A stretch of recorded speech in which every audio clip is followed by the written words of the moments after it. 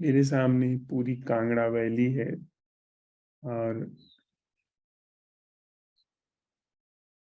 जो छोटी पहाड़ियां हैं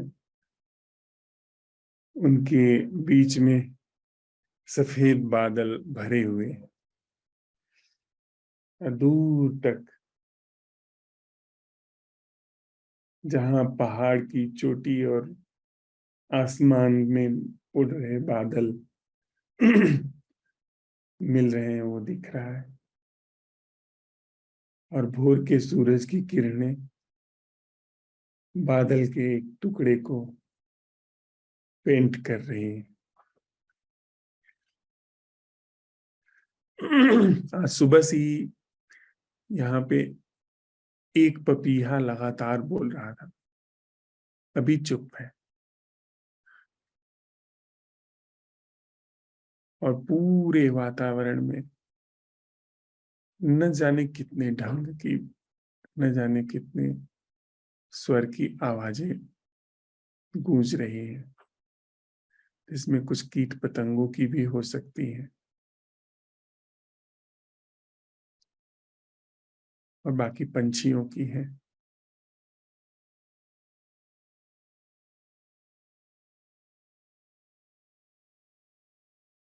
मौसम धीरे धीरे यहाँ पे अब ठंडा हो रहा है।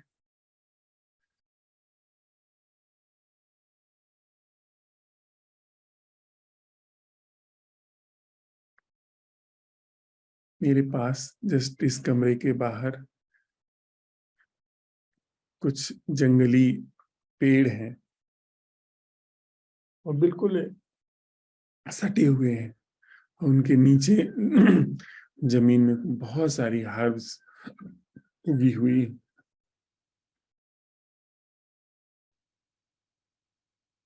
फिर बोलने लगा पपिया।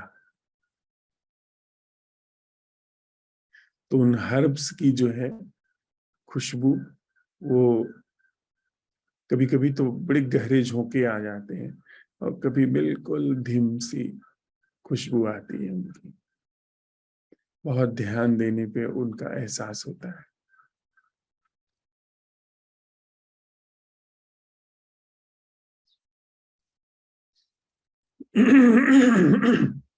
आज हमारी ध्यानशाला का तीसरा दिन है और भोर की यह बैठक ध्यानशाला की 5वीं बैठक है।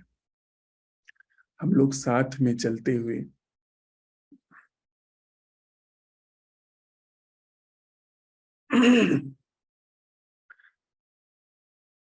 जीवन में तथ्य को समझ रहे हैं और तथ्य के पश्चात जो हमारे जीवन धारा में सम्मोहन शामिल है उसे और सत्य क्या है, इस पर हम वह अन्वेषण कर रहे हैं जिससे हमारे जीवन में जो व्यर्थ है वह गलता चला जाए और जो नैसर्गिक है, पौष्टिक है जीवन के लिए, वह समाहित होता चला जाए।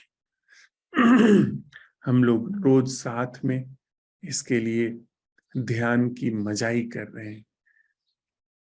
रोज अपने ध्यान की ऊपर चढ़ रही प्रमाद की परतों को साथ में बैठ करके छील दे रहे हैं। बीती रात हम लोग इस प्रश्न के साथ विदा हुए थे कि जो जीवन का प्राकृतिक तथ्य है जिसे हम इंसानों की बुद्धि द्वारा असेंबल नहीं किया गया है, अर्थात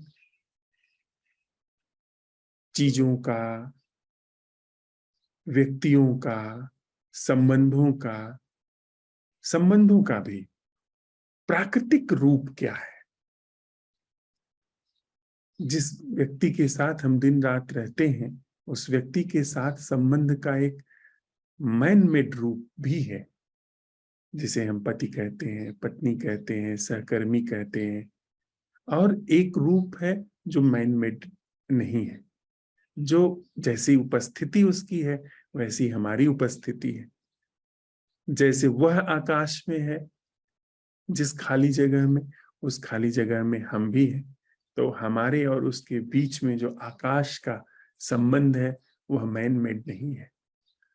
हम एक ही सूरज से जीवन पाते हैं, एक ही वायुमंडल से हमारी श्वसन क्रिया चल रही है।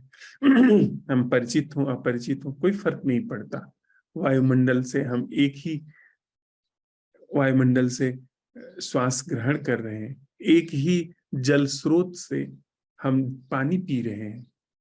तो एक गहरा संबंध है, एक गहरा धरातल है जहां पर हम लोग खड़े हैं। एक ही जगह से हम सब लोग आते हैं और उसी में वापस लौट जाते हैं, उसी में वापस हम विलीन हो जाते हैं। तो एक गहरा संबंध है। तो हम लोग जो प्राकृतिक हमारा होना है, चीजों का होना है, संबंधों का होना है, व्यक्तियों का होना है, जीवंत घटनाओं का होना है, उसके प्राकृतिक स्वरूप को उघाड़ करके और उसकी वह अटेंडिंग उघाड़ रहे हैं जो हमारे द्वारा संचालित नहीं है, जिसका संचालन हम नहीं कर रहे हैं। इसमें हो क्या रहा है हमारे साथ कि यदि हम संचालन नहीं कर रहे हैं तो हमारी भूमिका भी नहीं है, तो फिर ऐसे जीवन का उद्घाटन हो रहा है, अनावरण, जो कि मैन मेड नहीं है, जो नैसर्गिक प्राकृतिक।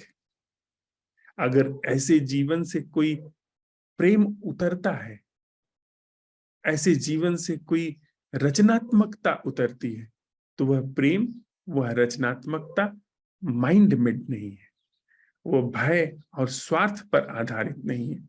ऐसे जीवन के उद्घाटन पर, अनावरण पर, ऐसे जीवन के पाए जाने पर, ऐसे जीवन के यथार्थ रूप में प्रचलित होने पर, बिना धुंध के प्रचलित होने पर यदि कोई उत्सव घटता है तो वो सच्चा उत्सव है। हमारा वह उत्सव नहीं जो कि क्षणभंगुर है, अभी है और अभी खत्म हो गया।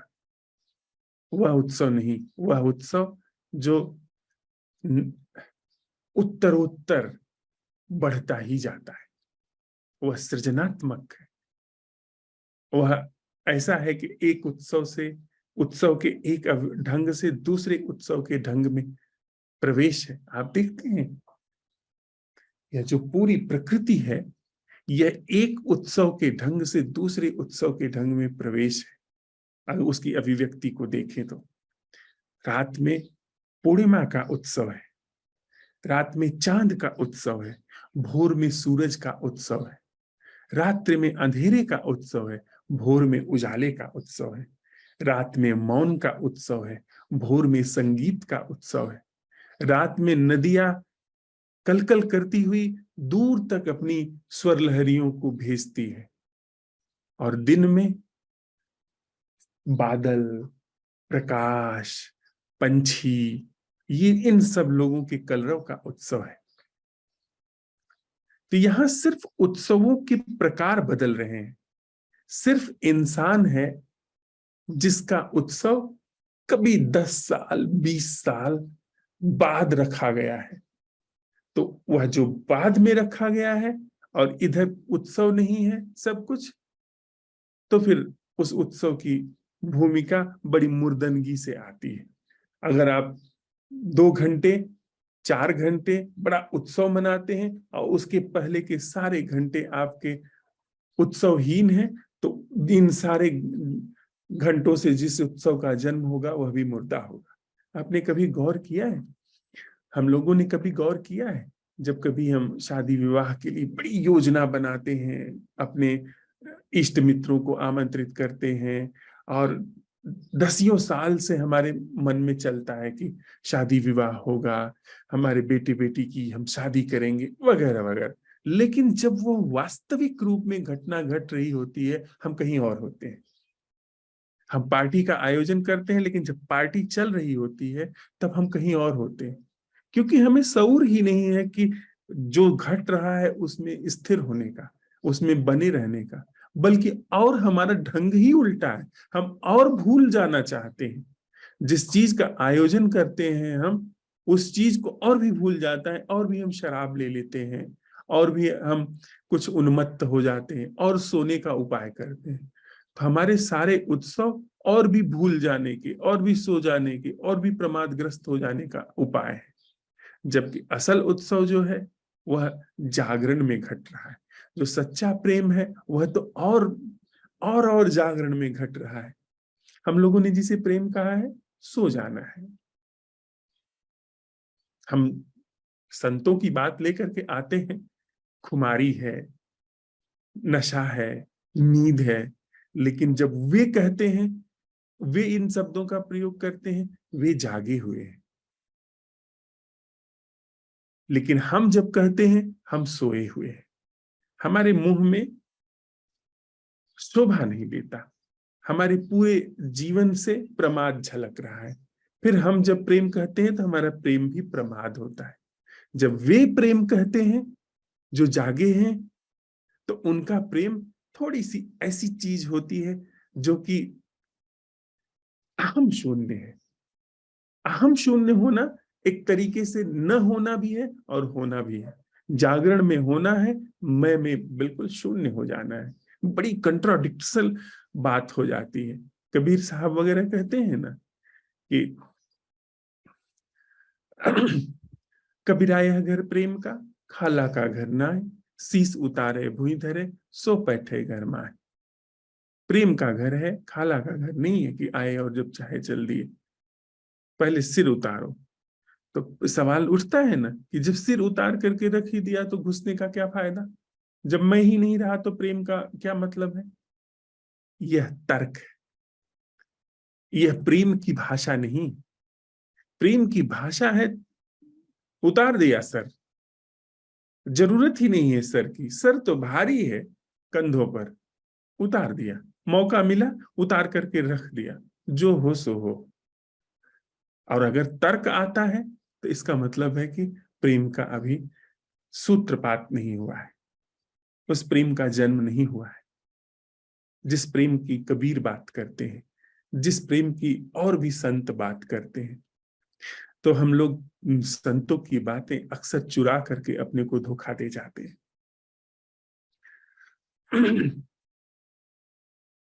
हम लोग इस प्रश्न के साथ अन्वेषण कर रहे हैं बीते कुछ दिन से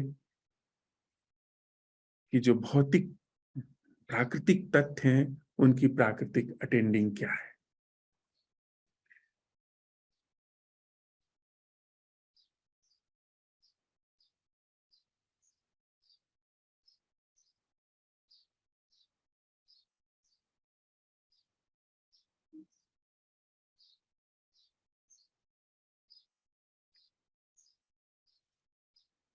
एक छोटी सी कहानी है। एक गांव में दो फकीर रहते थे। दोनों को फकीर के रूप में ख्याति प्राप्त थी। एक फकीर था, बड़े नियम से, बड़े संयम से रहता था। उसने अपने जीवन में बड़ा ही अनुशासन बना रखा था। नियम से उठना, मंदिर जाना, पूजा करना, समय से भोजन करना, इन सारी चीजों का बड़ा ध्यान रखता था। क्या खाना, क्या नहीं खाना, इन सारी चीजों का भी ध्यान रखता था। दूसरा जो फकीर था वह बिल्कुल आलसी की तरह रहता था। उसको उसके जीवन में कुछ भी अनुशासन नहीं था। जब मर्जी होती थी खा लेता था, जब मर्जी होती थी सो जाता था, और खूब शराब पीता था, वगैरह वगैरह करता था। वैसा जीवन था। लेकिन इसका अर्थ यह नहीं कि कोई फकीर शराब पी रहा है तो हम उसका अनुकरण करने, हमारा मन तो बड़ा चालबाज है। फकीर का जागरण हमको प्रेरित नहीं करता है, लेकिन फकीर का बाहर से दिखता हुआ मद्यपान हमें जरूर प्रेरित कर जाता है। हम वही तो ले लेते हैं जो हम लेना चाहते हैं। जबकि ऐसा हो सकता है कि फकीर प्रयोग कर रहा हो कि उसके जीवन पर कितना मद्यपान का प्रभाव पड़ रहा है, या कुछ भी हो सकता है। या हो सकता है कि बाहर से वो पीता दिखता हो, अंदर से वो बिल्कुल भी पीने वाला ना हो। आप कभी उमर खैयाम की रुबाइयां पढ़ें तो ऐसा लगता है कि सच में किसी बड़े शराबी द्वारा लिखी गई है। सिर्फ शराब, नशा, खुमारी की बात की गई है। लेकिन असल में वह आदमी शराब से जीवन भर कभी उसका पाला नहीं पड़ा था। तो कवि तक भी ऐसी समझ रखते हैं तो संतों की तो बात ही कुछ और है। तो दूसरा जो फकीर था उसके अंदर थोड़ी सी उस व्यक्ति के प्रति एक निंदा भाव भी था। वह एक दिन उससे मिलने के लिए गया। उस जो शराब पीने वाला फकीर था, जब दूसरा फकीर आया उसको उसने स्वागत किया उसका, और कहा, उसने देखा कि वह बैठ करके शराब पी रहा है। उसने कहा कि आप शराब पीजिए। उसने उसे ऑफर किया। इस व्यक्ति ने कहा कि माफ कीजिए, मैं शराब नहीं पीता हूं। उस फकीर ने कहा कि ओह, जो लोग शराब पीते हैं, जो लोग शराब नहीं पीते हैं, वे तो इंसान ही नहीं है। उस फकीर को गुस्सा आ गया जो शराब नहीं पीता था। उसने कहा, अच्छा, यदि मैं शराब नहीं पीता हूं तो मैं इंसान भी नहीं हूं, तो फिर मैं क्या हूं? वो बड़े गुस्से में बोला। उसने कहा, द बुद्धा, जो शराब नहीं पीता है वह बुद्धा है। देखिए, दोनों फकीर की समझ में कितना बुनियादी अंतर है, कितना आधारभूत अंतर है। बाहर से वह शराब पीता हुआ दिखाई पड़ रहा है और बाहर से यह शराब न पीता हुआ दिखाई पड़ रहा है, लेकिन जीवन दृष्टि में फर्क है।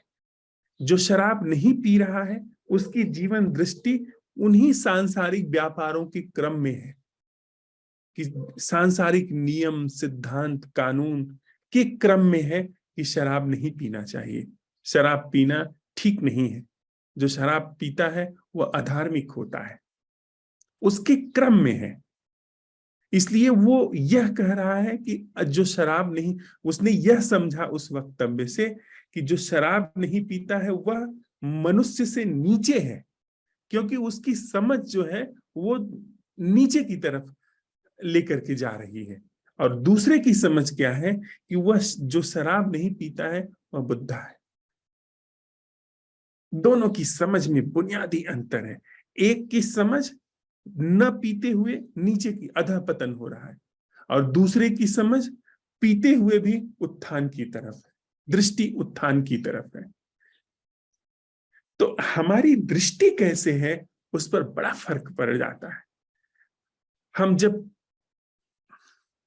अटेंडिंग के लिए सवाल उठा रहे हैं कि क्या कोई ऐसी अटेंडिंग है जो हम नहीं कर रहे हैं और प्राकृतिक तथ्यों की अटेंडिंग है, तो उसमें जो मानसिक तथ्य हैं वह एक मुस्त रूप से एक तरफ है, उनकी कोई भूमिका नहीं। आज भोर की बैठक में यह बात आई है ना कि जब इन चीजों के क्रम में जो कि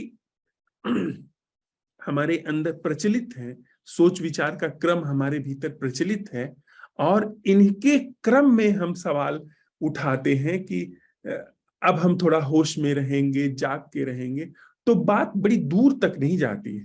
थोड़ा सा इंप्रूवमेंट हो जाता है, थोड़ा सुधार हो जाता है और बात खत्म हो जाती है। लेकिन जब बात आती है, क्या सवाल उठता है कि क्या कोई ऐसी अटेंडिंग है जो हम नहीं कर रहे हैं,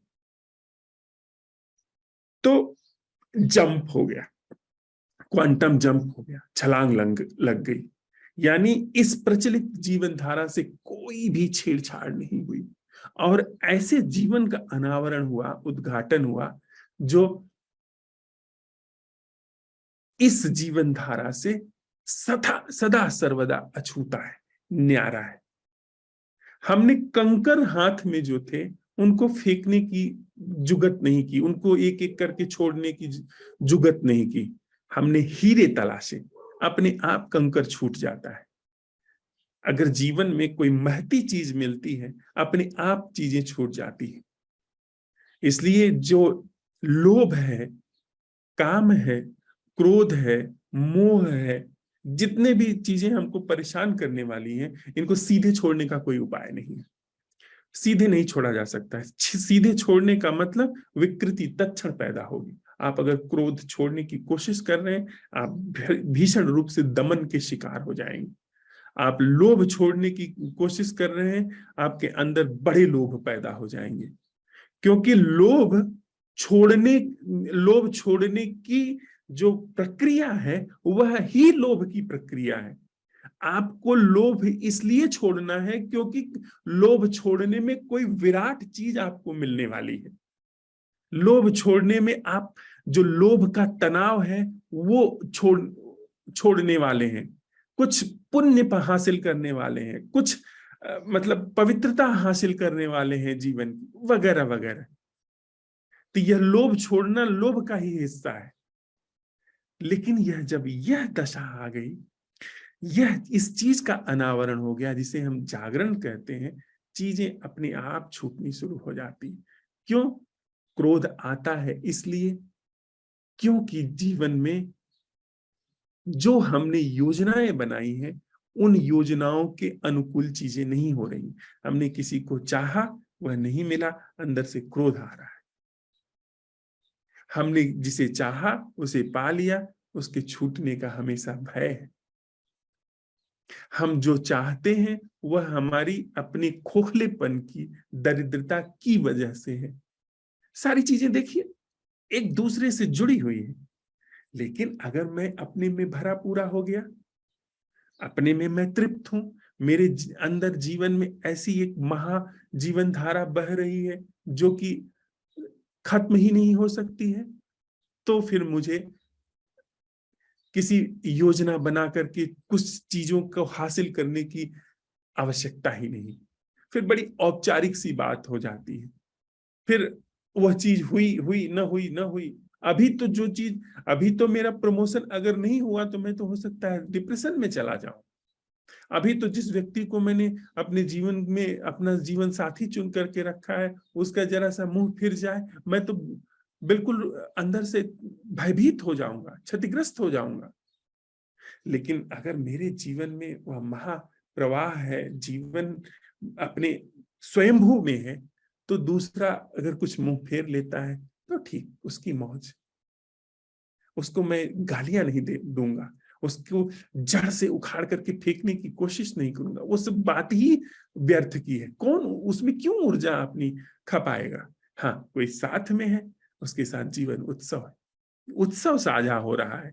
हम एक दूसरे के ऊपर निर्भर नहीं है, उत्सव साझा हो रहा है। और उत्सव भीतर से आता है, उत्सव सहज आता है, वो नियोजित नहीं हो सकता, आयोजित नहीं हो सकता। हम उत्सव का आयोजन नहीं कर सकते जब तक कि उत्सव भीतर से अंकुरित, पुष्पित, पल्लवित न होता हो। हाँ, पुष्पित पल्लवित होता है तो फिर हम नाच सकते हैं, गीत गा सकते हैं। पर भीतर कुछ है ही नहीं, तो नाचने और गाने से भीतर उत्सव हो जाएगा? बात ही उल्टी है। नाचने गाने से भीतर उत्सव नहीं हो सकता। हाँ, हम धोखा दे सकते हैं। भीतर उत्सव हो तो बाहर नाच गान हो सकता है। तो वह जो दूसरा फकीर था वो उसके क्रम में सोच रहा है, लेकिन यह जो शराब पी रहा फकीर है, यह फकीर बिल्कुल जीवन से अनूठे क्रम में जीवन को देख रहा है कि जो इन भौतिक चीजों के क्रम में नहीं चल रहा है, वह मन से नीचे नहीं है, वह मन से ऊपर है। उसने मन से पतन नहीं हुआ है, उसकी बनावटी चीजों से उसका पतन नहीं हुआ है, उसका बनावटी चीजों से, यांत्रिक चीजों से अतिक्रमण हुआ है, उत्थान हो गया है, उनसे वह निर्लिप्त हो गया है। यह बुनियादी फर्क है। इसलिए जो बनावटी क्रम है साधना का, उसमें बड़ी घृणा पैदा हो जाती है, बड़ी निंदा पैदा हो जाती है। आम आदमी जो नहीं साधना कर रहा है उसको देख करके बड़ी मतलब उनको बड़ी दयनीय स्थिति में देखता है साधक कि मैं तो कुछ और, ये क्या कीड़े मकोड़े की तरह जी रहे हैं। लेकिन अगर सच में ही धर्म है, सच में ही जागरण वहां पर जगह ले रहा है, तो कुछ और जगह लेगा, करुणा जगह लेगी। कि इतनी अनमोल थाती लेकर के भी व्यक्ति मारा मारा फिर रहा है। भीतर अनमोल संपत्ति, अनमोल संपदा है, और बाहर हम पैसे पैसे के लिए भीख मांग रहे हैं। किसी की जरा सी प्यार की नजर देखने के लिए, सम्मान की नजर देखने के लिए हम मारे मारे फिर रहे हैं, सब योजन कर रहे हैं, सब आयोजन कर रहे हैं।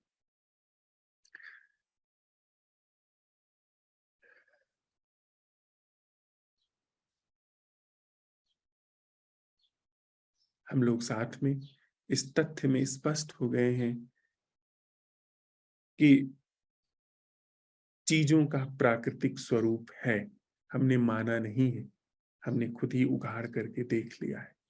चीजों के प्राकृतिक स्वरूप का प्राकृतिक जीवन और संबंध है, और उन जीवन, संबंध और प्राकृतिक स्वरूप की प्राकृतिक अटेंडिंग भी है। ठीक उसी समय, ठीक उसी जगह जहां पर मानसिक तथ्य आरोपित है। जिस चीज पर वृक्ष नाम का मानसिक तथ्य आरोपित है, वह चीज जिसे वृक्ष कहते हैं, वह प्राकृतिक रूप में सदा सर्वदा वहां उपस्थित है। चाहे जितने मानसिक तथ्य उस चीज पर जिसे वृक्ष कहते हैं आरोपित कर दिए जाएं, यह अच्छा है, बुरा है, इस काम में आता है, उस काम में आता है, कुछ भी आरोपित कर दिए जाए मानसिक तथ्य पर, वह चीज प्राकृतिक रूप में सदा सर्वदा विराजमान है। जो जीवन है वह प्रभु के रूप में सदा सर्वदा विराजमान है। उसका होना भली भांति है, उसको मिटाने का कोई उपाय ही नहीं, उसके छीनने का कोई उपाय नहीं। यह हम स्पष्ट हो गए। अब हम थोड़ा आगे बढ़ते हैं मानसिक तथ्य की तरफ।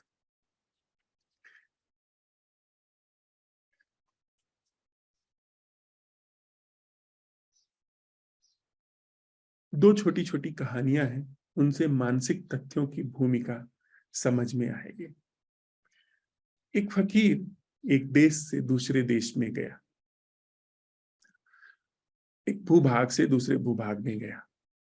वहां जाकर के उसकी ख्याति फैली, उसका रंग और उसका ढंग और उसका उसका जीवन और उसकी चाल और उसकी महक और उसकी उपस्थिति। और कोई व्यक्ति यदि जीवन को उपलब्ध है तो उसके लिए बहुत प्रमाण की जरूरत नहीं होगी, बस थोड़ी सी आंख चाहिए, थोड़ा सा अपने अंदर होश चाहिए, चीजें अपने आप उद्घाटित होने लगती हैं। वहां गया वो, वहां पर उसको बहुत सारे लोग मिल गए, सुनने वाले, प्रेम करने वाले, उससे सीखने वाले, और वो वहां लोगों को ध्यान की शिक्षा देने लगा। एक दिन उसने एक कहानी सुनाई। उसने कहा कि मैं जब पिछले देश में रहता था तो वहां पे एक फकीर थे जिनके जीवन की घटना है ये। उन फकीर ने जब बड़ी उम्र हुई उनकी, उस समय अपने सारे शिष्यों को बुलाया और कहा कि देखो, मैं इस वर्ष के बाद जैसे ही अगले वर्ष में प्रवेश होगा मेरी मृत्यु हो जाएगी, मैं मेरा जीवन समाप्त हो जाएगा। यह जो है, उसके शिष्यों ने सोचा कि ऐसे ही हंसी मजाक कर रहे हैं, लेकिन फिर भी अब उनकी बात थी तो उन्होंने उनको अच्छी तरीके से जो भी वो खाना चाहते थे, जहाँ भी घूमना चाहते थे, जिससे भी मिलना चाहते थे, उनका सारा प्रबंध करना शुरू कर दिया। धीरे धीरे समय बीता।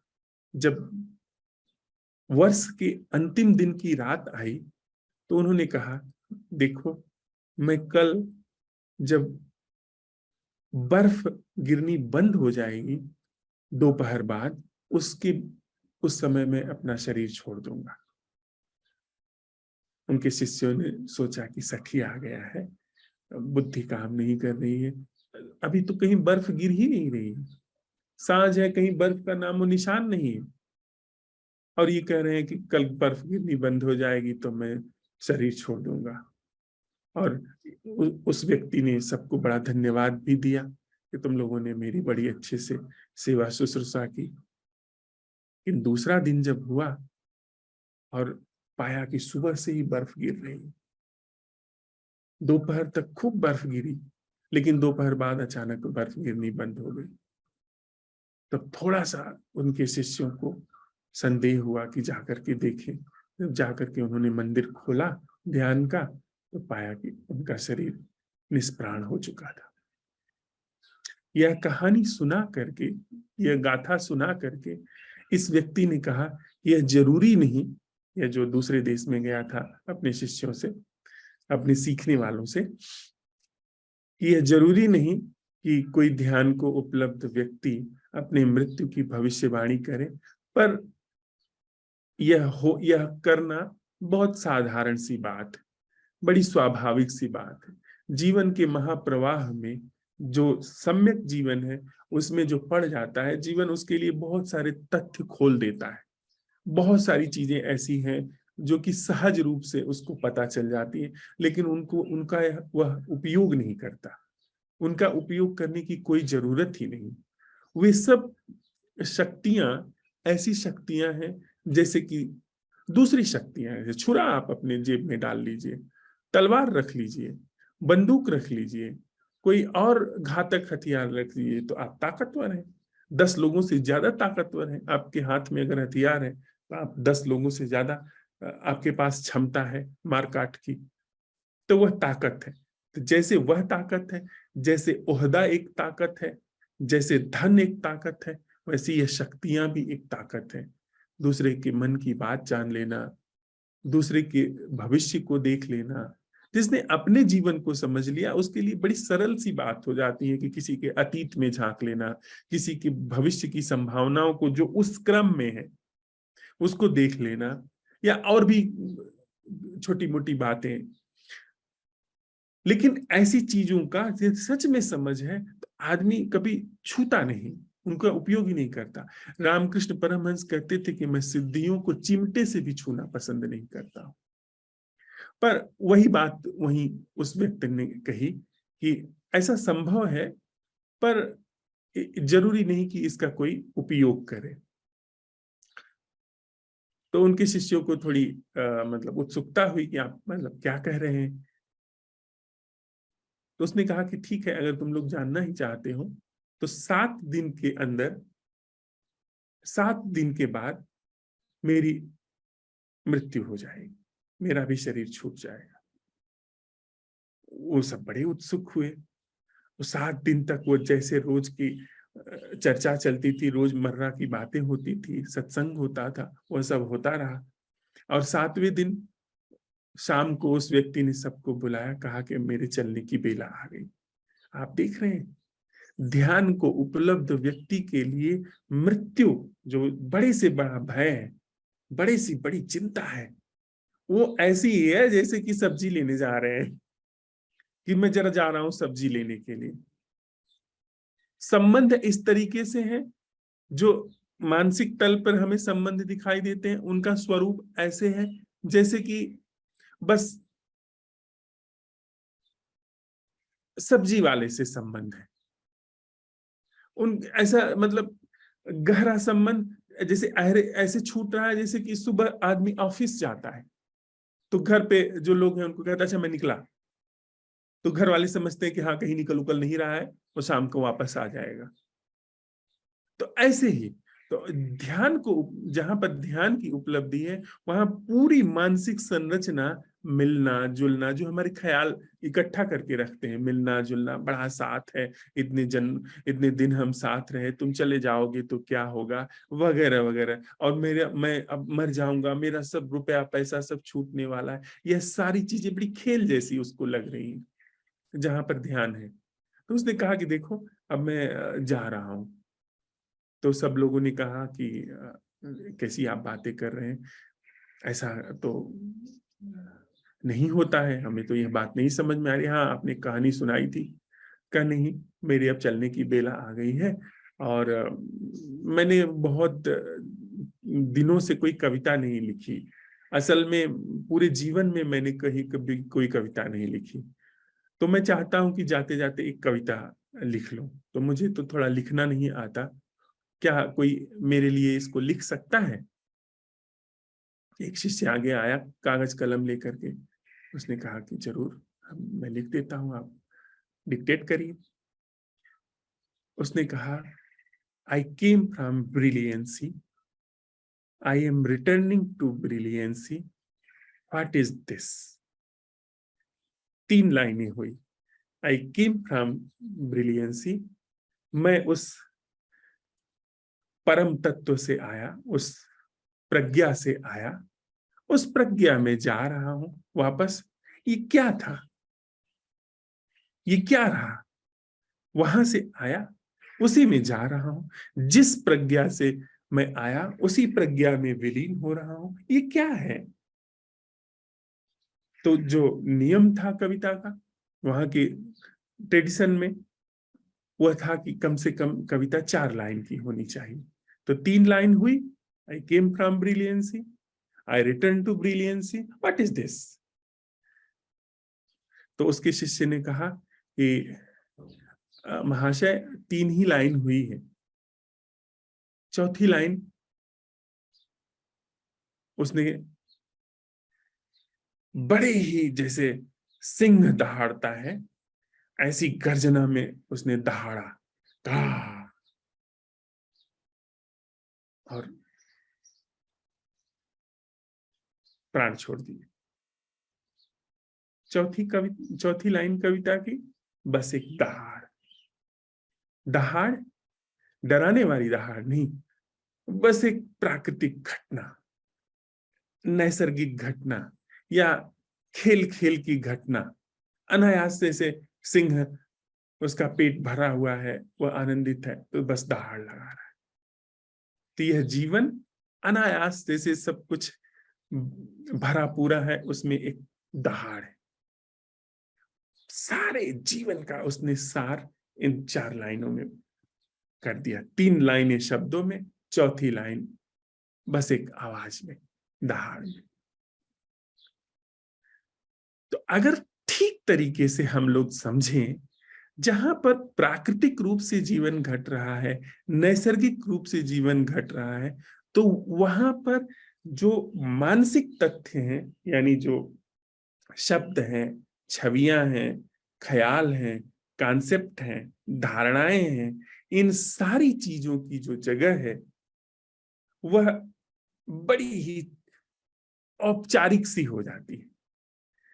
असल में अब पूरा इतना हमारा जीवन देखिए, कितना हमारे जीवन में कितना कुछ भरा हुआ है। मैं फला हूं, ढिका हूं, मेरा यह दायित्व है, मेरा वह दायित्व है, मुझे यहाँ पहुंचना है, मुझे वहां पहुंचना है। पर असल में अगर सच में ही पूरे जीवन को उसकी सत्यता में देख लिया गया तो क्या है? आई केम फ्रॉम ब्रिलियंसी। यह जो बबूला उठा है, यह महासागर पर, यह जागरण के महासागर पर उठा है। यह जो तथाकथित जीवन अलग थलग भासित हुआ है, यह जागरण के महासागर पर उठे बबूले जैसा है, और वापस बबूला उसमें फूटने वाला है।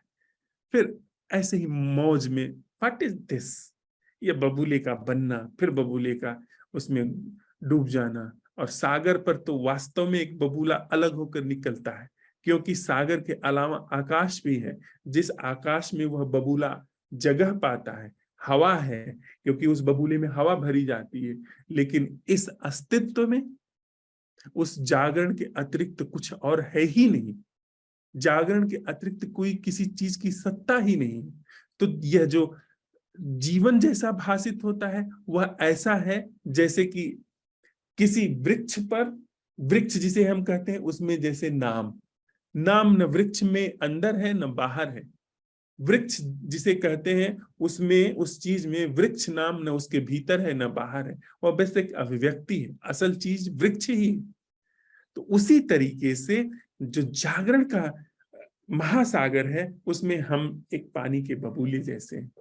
तो उसने ठीक ही कविता लिखी, I came from brilliancy, I return to brilliancy, और what is this, this is just a roar, है सिर्फ एक दहाड़ है, एक अभिव्यक्ति है, एक खिलावट है, एक खुशी की चाहक है, बस और कुछ नहीं। इतने में बात सीमित हो गई। यह कौन कह सकता है? जो असल जीवन को उघाड़ चुका हो, जिसने असल जीवन को उघाड़ लिया है। तो अब हम लोग धीरे धीरे प्रवेश कर रहे हैं उसमें, जो कि असल जीवन है, जो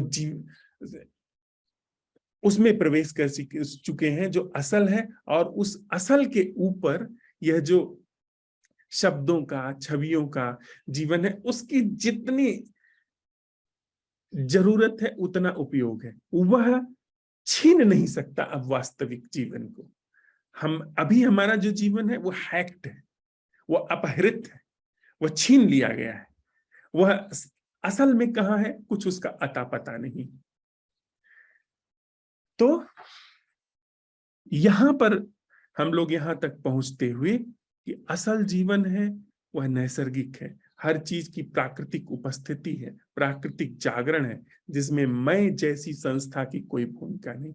अब इस संस्था के उपयोग में हम बढ़ते हैं, अर्थात यह जो चीज है इसके प्राकृतिक स्वरूप को अब जानते हुए हम यह सवाल उठाएं कि इसका मनोनिर्मित तथ्य क्या है। यह खूब अच्छी तरह जानते हुए कि इसका प्राकृतिक तथ्य यह रंग, यह भार, यह होना, इसके साथ संबंध जो मानसिक नहीं है, और जागरण जिसमें इसके साथ संबंधित होना घट रहा है, यह। और अब इसका नामकरण, इसकी उपयोगिता, नामकरण इसका तथ्य है। इसका नाम मोबाइल है, वह भी एक तथ्य है, कृत्रिम तथ्य है पर तथ्य है। काम करता है, ऐसा नहीं कि वह काम नहीं करता, अच्छी तरह से काम करता है, और इतनी अच्छी तरीके से काम करता है कि इसी से हम आप संवाद कर पा रहे हैं। यहाँ पर इसी मानसिक तथ्य का उपयोग करके हमारे आपके बीच में संवाद घट रहा है। यह कंप्यूटर संवाद नहीं कर सकता है, जो इसका प्राकृतिक स्वरूप है वह संवाद नहीं कर सकता। इसका मानसिक तथ्य ही हमारे आपके बीच में संवाद का माध्यम बन रहा है। हम आप लोग मीलों दूर अलग अलग बैठे हैं, लेकिन उस मानसिक तथ्य के सहारे हम आप संवाद कर पा रहे हैं। इसकी उपयोगिता है, इसकी जीवन में जगह है। बिना इसके हमारा संवाद संभव नहीं था। बिना इसके आप में से लगभग 80% लोगों को मैंने कभी आमने सामने देखा ही नहीं, आमने सामने हम मिले भी नहीं। लेकिन देखिए, हम लोग जीवन के गहनतम रहस्य को साथ में उघाड़ पा रहे हैं। उसमें इस मानसिक तथ्य का योगदान है। यह मानसिक तथ्य सहारा बना है हमारा। हम लोग सोशल मीडिया के माध्यम से एक दूसरे से परिचित हुए, उसका हमने यहाँ पर सदुपयोग करना शुरू किया है। तो मानसिक तथ्य हैं। तो आज हमारा जो प्रश्न होगा वह यह होगा कि क्या हमारे जीवन के मानसिक प्राकृतिक तथ्यों को यथावत बरकरार रखते हुए, उनसे नजर न हटाते हुए, मानसिक तथ्यों की अटेंडिंग क्या है। मतलब कि जब मैं इस चीज के प्राकृतिक स्वरूप को, इसकी प्राकृतिक स्वरूप की अटेंडिंग हो रही है, उस अटेंडिंग को बिना विकृत किए, बिना उसके साथ छेड़छाड़ किए, उसे बनाए रख करके मोबाइल शब्द की अटेंडिंग क्या है, इसमें जो वीडियोस चलते हैं उसकी अटेंडिंग क्या है, बिना वहां से नजर हटे, बिना वहां से नजर उखड़े, इसके कंटेंट की कैसे यह काम करता है, उसकी उपयोगिता की अटेंडिंग क्या है।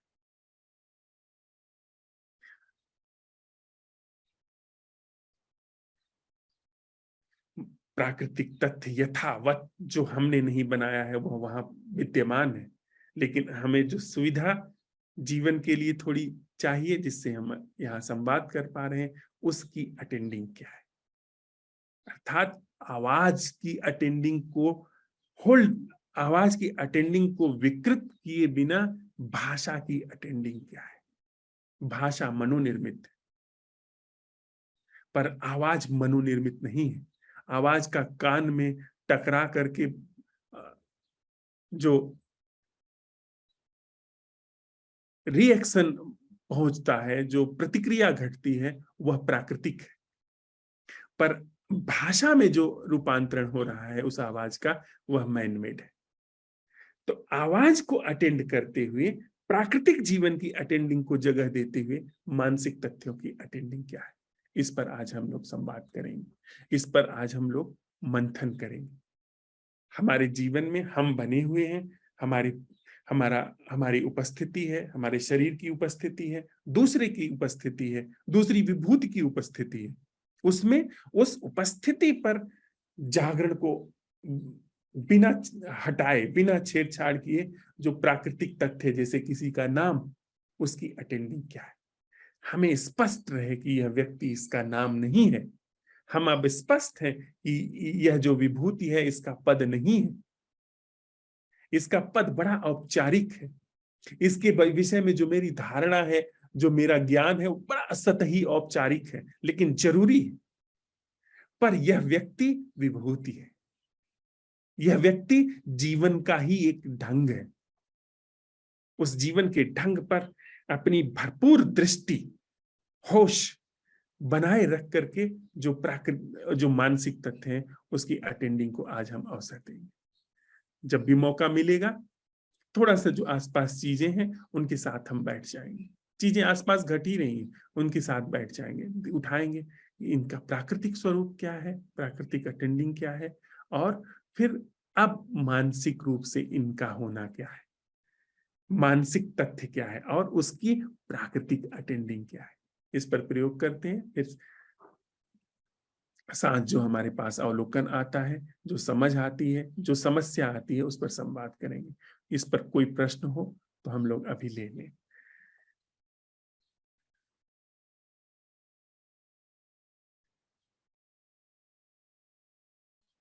अनिल भाई।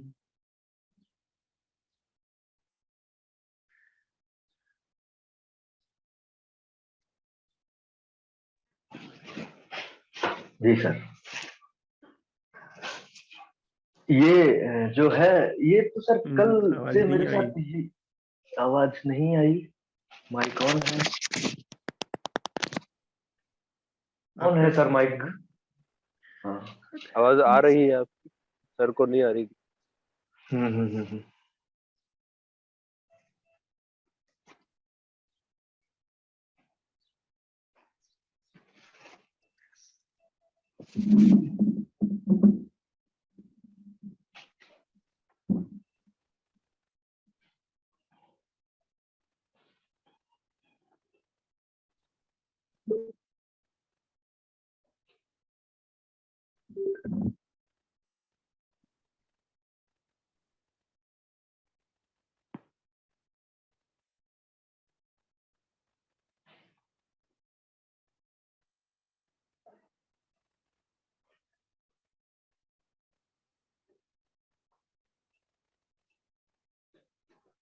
हाँ, अब बोलिए जरा। जी, अभी आ रही है आवाज? हाँ, अब आ रही। कुछ तो यहाँ बड़े मैं ये कह रहा था सर कि जैसे ये क्वेश्चन जरूर आज आया है कि प्राकृतिक जो स्वरूप है वो वैसा बना रहे और मानसिक तथ्य जो है उनकी अटेंडिंग हो। लेकिन ये 2 दिन पहले से ही, जिस दिन से ये प्राकृतिक स्वरूप वाला हो रहा है, उस दिन से ये हो ही रहा है, चल ही रहा है साथ में। इसीलिए मैं 2 दिन से कह रहा हूँ, मैं वही ये कह रहा था कि बार बार ये जो है मानसिक तथ्य आ रहे हैं। अब वहां क्या है कि मैं रोकना चाह रहा था खुद को वहां पर कि नहीं, आज का सवाल जो है खाली प्राकृतिक स्वरूप तक ही रुकना है। अगर ये आ रहे हैं, या तो अटेंडिंग में गिर जाए वो बेटर है, अगर नहीं गिर रहे हैं तो इनको फोर्सफुली थोड़ा हटाओ, इनको जो भी नाम वगैरह आ रहे हैं। इसीलिए मेरे को ये सब कुछ जटिल लग रहा था। मैंने कहा बहुत जटिल हो रहा है, ये बार बार आ रहे हैं। तो जब वो आ रहे थे तो उस समय उनकी अटेंडिंग थी सर, वहां पर अटेंड हो रहे थे वो सारे के सारे। बिल्कुल ठीक हो रहा था अनिल भाई। पर एक चीज उसमें है कि जो मानसिक तथ्य हैं, जो मानसिक तथ्य हैं, वे अभी हमारे अंदर आदत का हिस्सा हैं। वे हम नहीं, हमको जरूरत है तब भी हम उसको उसी तरीके से देख पाते हैं। प्राकृतिक तथ्य पर अटेंडिंग का मतलब कि वह जो मानसिक तथ्य चले आ रहे हैं बिन बुलाए इस पर, बिना मेरी इच्छा के मैं इसको मोबाइल कह देता हूं, बिना मेरी इच्छा को मुझे इसकी उपयोगिता दिखाई पड़ रही। इसका मतलब कि प्राकृतिक तथ्यों पर मानसिक तथ्यों ने कब्जा जमाया हुआ है। वास्तविक जो जीवन है, नैसर्गिक जीवन है, उस पर इन सारे तथ्यों ने कब्जा जमाया हुआ है। तो जब हम सवाल उठा रहे हैं तो मानसिक तथ्यों ने जो अपहरण कर लिया है, उससे हम इन प्राकृतिक तथ्यों और जीवन को मुक्त करने की बात कर रहे थे। उसके बाद चूंकि हम आप लंबे समय से साथ चल रहे हैं, तो ये प्रश्न स्वाभाविक है कि मानसिक तथ्यों पर अटेंडिंग जाएगी ही जाएगी। मानसिक तथ्यों पर अटेंडिंग हुई और वापस हम लोग प्राकृतिक तथ्य में, यानी जैसे कल तरुण से बात हो रही थी कि मानसिक तथ्यों में तो चल ही रहा है जीवन, अभी वो तो हैक्ड है ही, वापस प्राकृतिक तथ्यों में जीवन, यानी प्रमाद मानसिक तथ्यों की हैकिंग और अप्रमाद प्राकृतिक तथ्यों पर होना, फिर प्राकृतिक तथ्यों पर बने रह करके मानसिक तथ्यों का सदुपयोग। नहीं तो अभी तो मानसिक तथ्य हमारा उपयोग कर रहे हैं। वो ये देखते ही मोबाइल शब्द आता है, फिर वो ख्याल चलने लगता है कि कहाँ से आया, कैसे आया, अच्छा है बुरा है। ये हैक्ड है यह बात। जी, बिल्कुल ऐसा ही होता रहता है। कल हालांकि इसके लिए शब्द दे दिया गया था कि मतलब एक गेम की तरह है, पर आप अगर ऐसे पूरे दिन कर रहे हैं तो मतलब उसमें दो चीजें होती हैं कि पहले जब हम इस तरह से अटेंडिंग किया करते थे, मतलब जब अवसर दिया करते थे इस अटेंडिंग को, और पुरानी जब कुछ भी आदतें वगैरह आ जाती थी, तो वहां पर एक मतलब हमको इरिटेशन होता था बहुत बुरी तरीके से। अरे ये बार बार आ जा रहा है, मेरे से नहीं होगा, बहुत मुश्किल है, ये है वो। अभी क्या हो रहा है कि ये चीज अब भी हो रही है, उसमें कुछ ऐसा नहीं है कि कुछ मेरे साथ कम हो गया कि वो चीजें नहीं आ रही है, लेकिन अब क्या है कि ऑटोमेटिक ऐसा हुआ कि मेरा ध्यान अपनी जो मैं की जो संरचना है उसको मतलब गाली देता रहूं या उसे दुत्कारता रहूं, उसकी बजाय वो जो थोड़ी देर के लिए अटेंडिंग आई है वो मेरे को पता रहता है कि हाँ ये आई है, तो ये बनी हुई है। मैं को ज्यादा अभी वो कहते हैं ना कि भले ही हम दुत्कार रहे हैं उसे, लेकिन कहीं ना कहीं ध्यान हमारा उसको और गहरा करने में बना रहता है। Yeah. वो अभी ऑटोमेटिक मेरा छूट गया, मैं ज्यादा मैं को गहरा करने में कुछ मेरे को ऐसा बहुत बढ़िया, बहुत अच्छा। इसी तरह इस अनिल तरीके भाई से साथ इस तरीके से नहीं होता। इसी तरह साथ चलते रहिए। ये जी बहुत जी सर। बहुत ज्यादा देर तक ये सारी चीजें ठहरेंगी नहीं। आप खैर छोड़िए, लेकिन चलो अब मैंने शुरू किया है बड़ी आसानी से। फिर ये सारे मानसिक तथ्य जब तक आप मतलब कि जब तक जरूरत नहीं होगी, जब तक अवेयरनेस में अलाउ नहीं किया जाएगा, तब तक इसका नाम स्पीकर आएगा ही नहीं। ये सिर्फ अपने मूलभूत प्राकृतिक स्वरूप में यह बना रहेगा। इसका नाम तब आएगा जब इसको अलाउ किया जाएगा मानसिक फैकल्टी को कि यह क्या है, तभी इसका नाम स्पीकर, इसकी क्या उपयोगिता है आएगा। अदरवाइज यह प्राकृतिक तथ्य के रूप में, ऐसे प्राकृतिक संबंध के रूप में वहां पर उपस्थिति बनी रहेगी। इसी नहीं, तरह इसके चल साथ चीजें और भी कुछ ऐसी साथ साथ मतलब वो थोड़ा इसकी जो कॉम्प्लेक्स है ये अंदर इतना सारा, ये अलग अलग तरीके से आता है सर सामने। जैसे मेरे को पता है कि ये भी पता चल गया है कि प्राकृतिक तथ्यों की जब मैं बात कर रहा हूँ तो मानसिक तथ्य वहां पे नहीं आने चाहिए। तो ऐसा है कि बिल्कुल प्राकृतिक तथ्य में मैं रुका हुआ हूँ, लेकिन वो संरचना ये चेक करने के लिए आती है कि नाम आया क्या, और जैसे ही वो चेक करती है नाम तब आता है। मैंने देखा है, ये मैंने यस देखा है। वो नाम यस, उससे पहले नाम नहीं था, पर नाम तब आया। वो अपने चलता को रहता है। उस अपने को आपकी ही एक परछाई के रूप में लेकर के आती है, वो जी आपके जी ही जी देश में आती है वो। जी आपका ही मुखौटा धारण करके कह आती है कि अब मैं ही हूं। और वहां अगर आप अवेयर हैं, then it's well and good, आप अपने आप आगे बढ़ते चले जाएंगे। यस, जी सर। थैंक यू अनिल भाई। कोई और थैंक यू सर। प्रश्न है किसी मित्र का आज के भैया, प्रश्न? हाँ भावना जी बोलिए। मैं इस प्रश्न को वापस आपके साथ उठाना चाहती हूँ। क्या? ये जो विभूति है, इसकी प्राकृतिक अटेंडिंग क्या है, और इस अटेंडिंग को बरकरार रखते हुए इसकी मानसिक अटेंडिंग क्या है, और इसकी प्राकृतिक अटेंडिंग क्या है? इसमें संशय क्या है आपको? कुछ नहीं संशय नहीं, मेरे अंदर संशय था कि मैं ये प्रश्न को उठा पाऊंगी या नहीं। मतलब क्यों, क्या सरल है, यह चीज है। इसका एक प्राकृतिक दर्शन हो रहा है, फैक्ट का नेचुरल दर्शन हो रहा है। इसमें जब जरूरत होगी मुझे किसी को, तब मैं कहूँ ना कि ये स्पीकर है, जैसे अभी मुझे जरूरत हुई कि इस मोबाइल, इस कंप्यूटर से आवाज नहीं आ रही थी, तो जरूरत हुई मुझे, तब मेरे मन ने ये कहा कि स्पीकर लगा करके देखिए। स्पीकर लगाया, ये काम किया, काम हुआ, बात खत्म। लेकिन जब ये स्पीकर आया तब भी मेरे पास अटेंडिंग यह थी कि इसकी जो इसका जो प्राकृतिक स्वरूप है वो वही असल है। इसकी जो उपयोगिता है वह बिल्कुल अलग बात है, वो मानसिक तथ्य है, लेकिन असल जो है वो यही है जो इसका होना है। जी तो इसकी, जैसे आपका नाम भावना है, मेरा नाम क है, तो आप मुझे देखते हुए कह सकती हैं कि ये जो व्यक्ति दिख रहा है, इसको देखते हुए इसके नाम की अटेंडिंग क्या है, बस इतनी सी बात। नहीं, पर आपके साथ में तो मेरी कोई ज्यादा स्मृति नहीं है, लेकिन जिनके साथ में मतलब जो इमेज बनी हुई है तो वो बहुत ज्यादा, जैसे गहरी इमेज जिनके साथ बनी हुई है पहले तो जिनके पहले जहां पर उथली है वहां पर आजमाइए, फिर जिनके साथ गहरी है वहां पर भी देखिएगा कि उनका प्राकृतिक होना क्या है, फिर मानसिक तथ्यों के लेकर के उनकी अटेंडिंग करिएगा।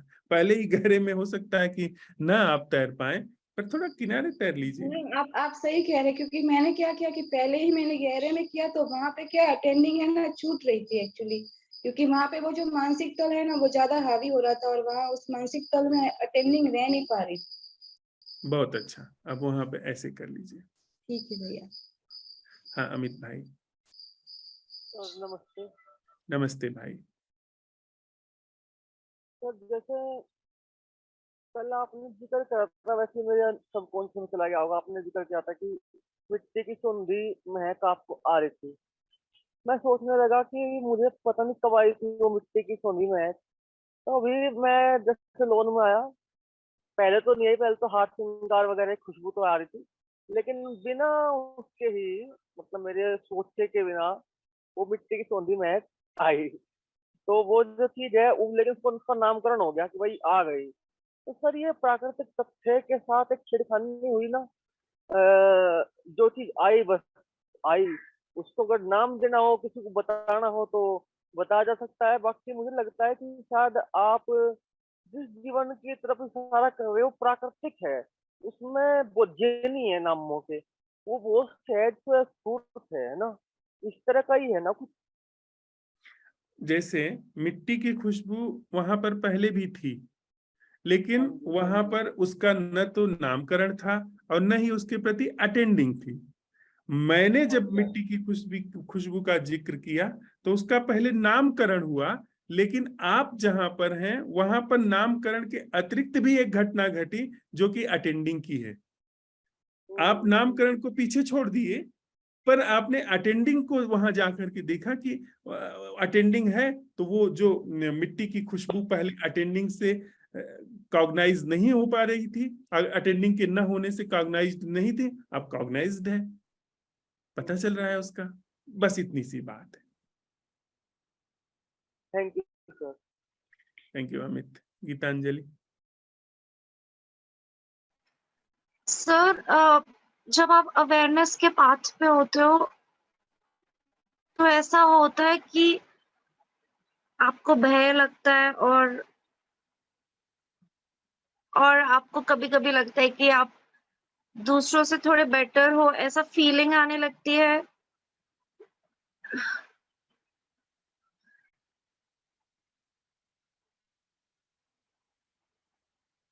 सवाल क्या है गीतांजलि?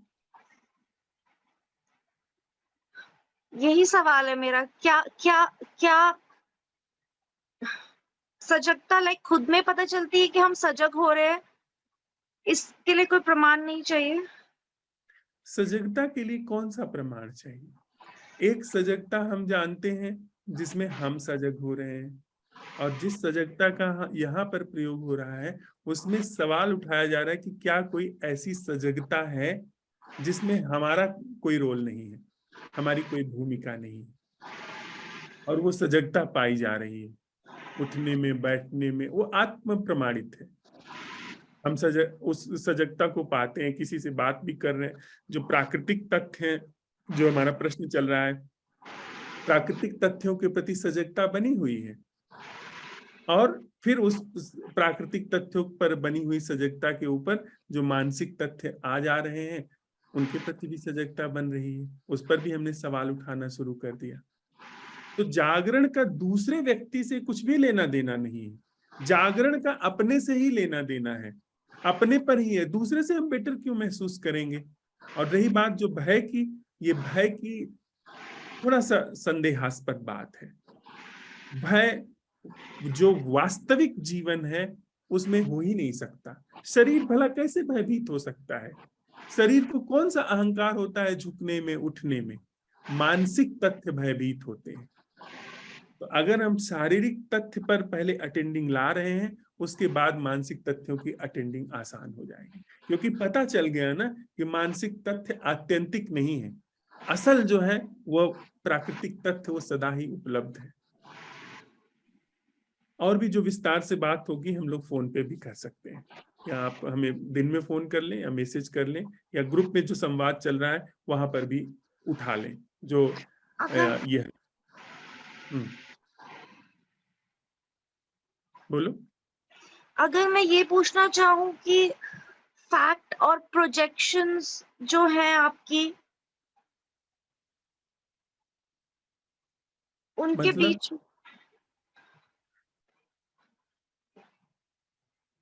फैक्ट जो है, जब वर्ड्स मीनिंगलेस होने लगते हैं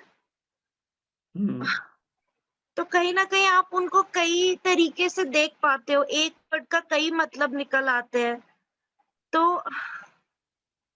वो मतलब निकल रहे हैं, वो मानसिक तथ्य है, मानसिक जगत का तथ्य है। असल क्या है? असल है जिस चीज का वर्ड दिया गया नहीं, वह लेकिन हम मुझे कैसे पता चले कि जो I don't know. Thank you. ठीक है, हम लोग ग्रुप में बात करते हैं। तो हम इसी प्रश्न के साथ आज रहते हैं और शाम को सांझ की बैठक में मिलते हैं कि प्राकृतिक तथ्यों को की अटेंडिंग को अवसर देते हुए मानसिक तथ्यों की अटेंडिंग क्या है, प्राकृतिक तथ्यों की अटेंडिंग करते हुए मानसिक तथ्यों की अटेंडिंग क्या है, प्राकृतिक तथ्यों की अटेंडिंग को अवसर दिए हुए ही जो मानसिक तथ्य हैं उनकी अटेंडिंग क्या है।